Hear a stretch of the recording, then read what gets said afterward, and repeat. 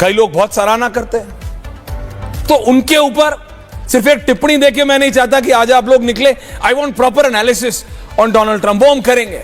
लेकिन coming back to Narendra Modi and coming back to Rahul Gandhi, coming back to Congress party, opening comments के लिए आ रहा हूं। हर्षवर्धन जी, आपसे शुरू कर रहा हूं। सिद्धार्थ यादव है भारतीय जनता पार्टी के, युवा नेता है, राष्ट्रीय प्रवक्ता है। अनंत विजय हैं, हर्षवर्धन जी हैं, समाजवादी पार्टी से फराज किदवई जी हैं, पंकज शर्मा जी हैं, वरिष्ठ पत्रकार आम आदमी पार्टी से। भाई, आम आदमी पार्टी इज बैक, ये तीसरा दिन है, it's very good. Pankaj Sharma ji, क्योंकि मैंने एक एनालिस्ट वहां से लिया, मैं आपके ओपनिंग कमेंट्स चाहता हूं। सिद्धार्थ जी कमिंग, ढांडा जी आ रहा हूं, किदवई साहब आ रहा हूं। पंकज शर्मा जी, ओपनिंग कमेंट्स।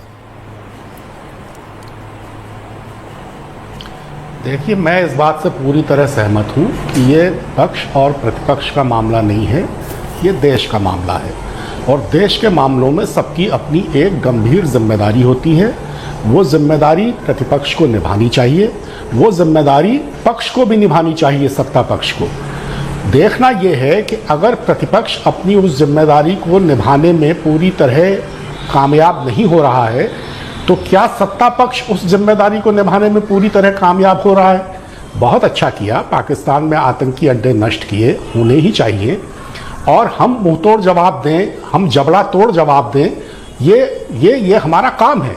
और भारत में अगर नरेंद्र भाई मोदी जैसे पराक्रमी प्रधानमंत्री हैं, वो ये नहीं करेंगे तो कौन करेगा? लेकिन इसके बाद जो सवाल उठ रहे हैं, वो सवाल कुछ दूसरे किस्म के हैं। क्या हम इस शौर्य का, इस पराक्रम का श्रेय भारतीय सेना को देने के बजाय उसका सेहरा खुद अपने माथे पर बांधकर घूमना चाहते हैं? बात यहां से खड़ी होती है।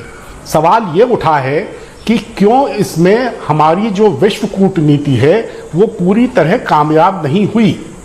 सवाल ये उठा है कि आपने ऐसा क्यों सोचा कि जो पाकिस्तानी सेना आतंकियों को पाल पोस कर करती है, उनको जन्म देती है, जब आप उनके नष्ट करने की पूर्व सूचना उन पाकिस्तान की सेना को देंगे, तो आपने ये उम्मीद कैसे पाल ली कि वो इस विकल्प को चुनेंगे, कि वो इस संघर्ष में नहीं पड़ेंगे? तो ये जो समय समय पर थोड़ी सी चूक हुई है, उससे कुछ सवाल उठ रहे हैं। और अगर सत्ता पक्ष ने इन सवालों का जवाब देने के लिए सर्वदलीय बैठक में प्रधानमंत्री जी खुद आ जाते, खुद शिरकत करते, तो बातें इस तरह नहीं बनती। अगर एक विशेष सत्र बुला लिया जाता संसद का, और उसमें संसद में जो भी बताया जा सकता है वो बता दिया जाता, तो बातें इस तरह नहीं उठती। मेरा कहना यह है कि इस मौके पर राजनीति नहीं होनी चाहिए, बिल्कुल नहीं होनी चाहिए, विपक्ष को भी नहीं करनी चाहिए। विदेश जो प्रतिनिधिमंडल जा रहे हैं, उन पर भी कोई राजनीति विपक्ष को नहीं करनी चाहिए। लेकिन इसके साथ साथ तो पंकज जी, यही तो मैं कह रहा हूं, यू आर राइट, नहीं होनी चाहिए, मैं ये मानता हूं, but that is my problem. थोड़ी ज्यादा पुराने कांग्रेसी सोच वाले लोगों की एंट्री ही नहीं, सोच की एंट्री भी बंद कर दी है। अनंत विजय जी, सोच की एंट्री भी बंद कर दी है कांग्रेस में। They have been hijacked by the ultra leftist, और ये मैं आपकी सोच से कह रहा हूं। They have been hijacked by the ultra leftist. Pankaj ji, जो आप जैसे जो कांग्रेसी सोच के लोग हैं ना, उनकी एंट्री फिजिकल ही नहीं, सोच की एंट्री भी बंद कर दी है। That's my point. जो लोग पहले करा करते थे अमन की आशा, उनको नहीं समझ में आ सकती नए भारत की भाषा। ये क्रक्स है आज का।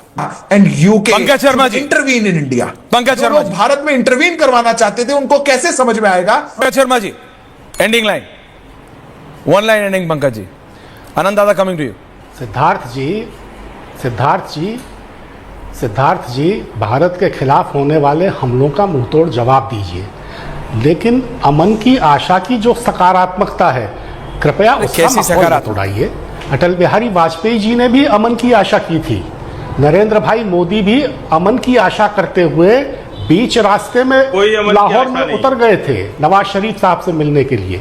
तो अमन की आशा नहीं, अमन की जो उम्मीद है कि आपस में शांति रहे, वो एक सकारात्मक पहलू है।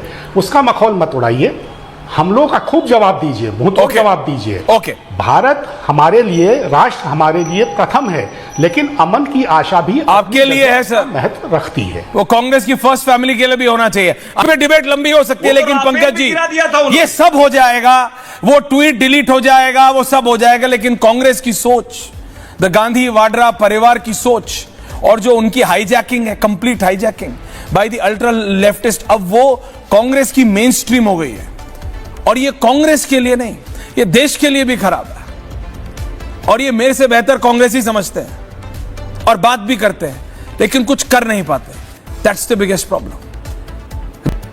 क्या कांग्रेस की जो नीति थी, जिसपे कांग्रेस पार्टी बनी, एक कांग्रेसी, मुझे आज के नहीं, राहुल, मतलब मैं बता रहा हूं, गांधी और वाड्रा परिवार के अलावा, पंकज शर्मा जी, मेरे को एक कांग्रेसी बता दीजिए, फ्रॉम कमलनाथ, अहमद पटेल जी अब इस दुनिया में नहीं है हमारे बीच, कमलनाथ है, कमलनाथ से बड़े बड़े कांग्रेसी नेताओं का नाम लीजिए ना, जिन्होंने कांग्रेस की पिछले 40-50 सालों में काम किया। मैं इंडिपेंडेंस से पहले वालों की बात नहीं कर रहा हूं, बाद में जिन्होंने, राजीव गांधी, इंदिरा गांधी, प्रणब दा, पीवी नरसिंह राव, मनमोहन सिंह, इन सबके साथ काम किया है,